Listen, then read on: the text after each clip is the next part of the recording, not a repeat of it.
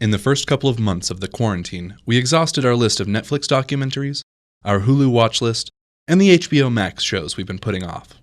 In the following months, we had to look for more traditional avenues for inspiration on how to spend our overabundance of free time.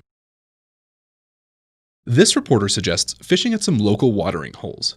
It's a fantastic time sink, and the ponds and lakes have enough space to bring your friends to hang out with while still being able to practice effective social distancing. CPW Fishing has an app by the same name that you can utilize to find nearby lakes and what type of fish live in those lakes.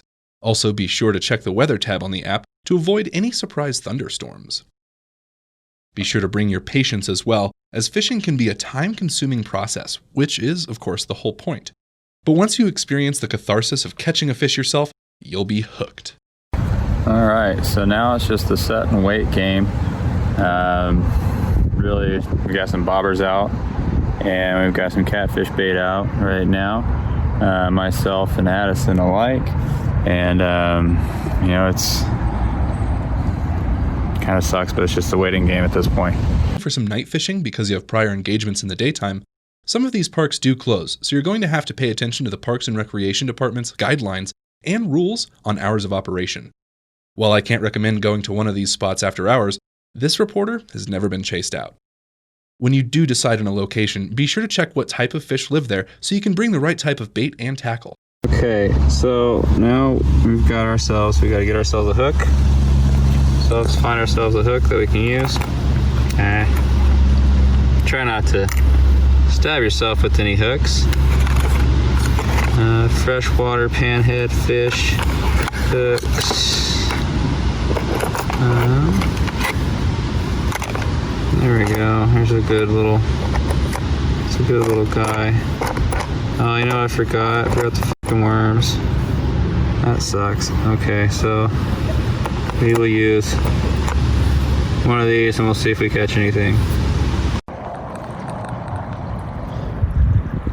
Look at his fin. He's been trying to ate. Something tried to eat this little guy. And what I normally do is with my knife, I'll notch out one of their dorsal fins and throw them back in. And then you'll know if you've caught him before or if you haven't. So it's always good to mark fish in the pond. Weird looking perch. Mm-hmm. Man, that got him fucking good though. Let's take a look at it. Yeah. Heck yeah, you did.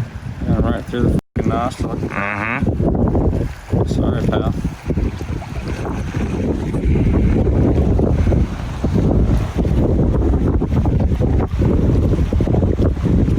Alright, friend.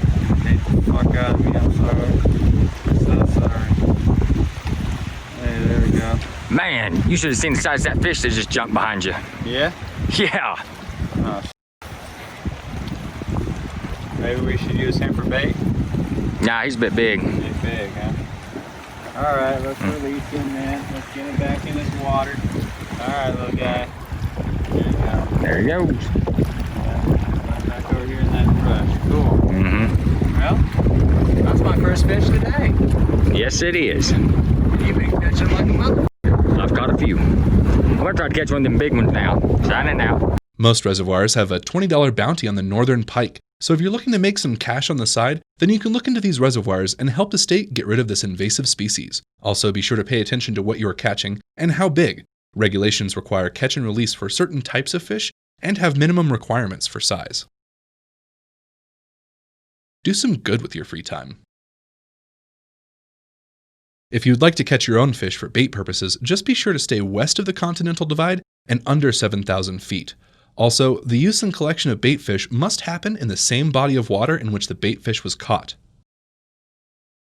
There are hundreds of locations to choose from statewide, all with their own fish and unique ecosystems, meaning it would take months to try them all out, leaving you with potentially hundreds of hours of fun.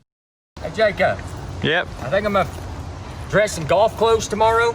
Yeah? Yeah, just try to trick them.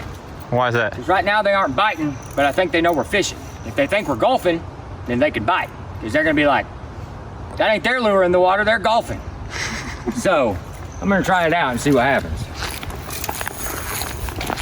All right, well, we'll see how it works. COVID-19 has devastated the world, but that doesn't mean you have to let it devastate your ability and drive to have fun. For CMS News, this is Nick Porter, signing off.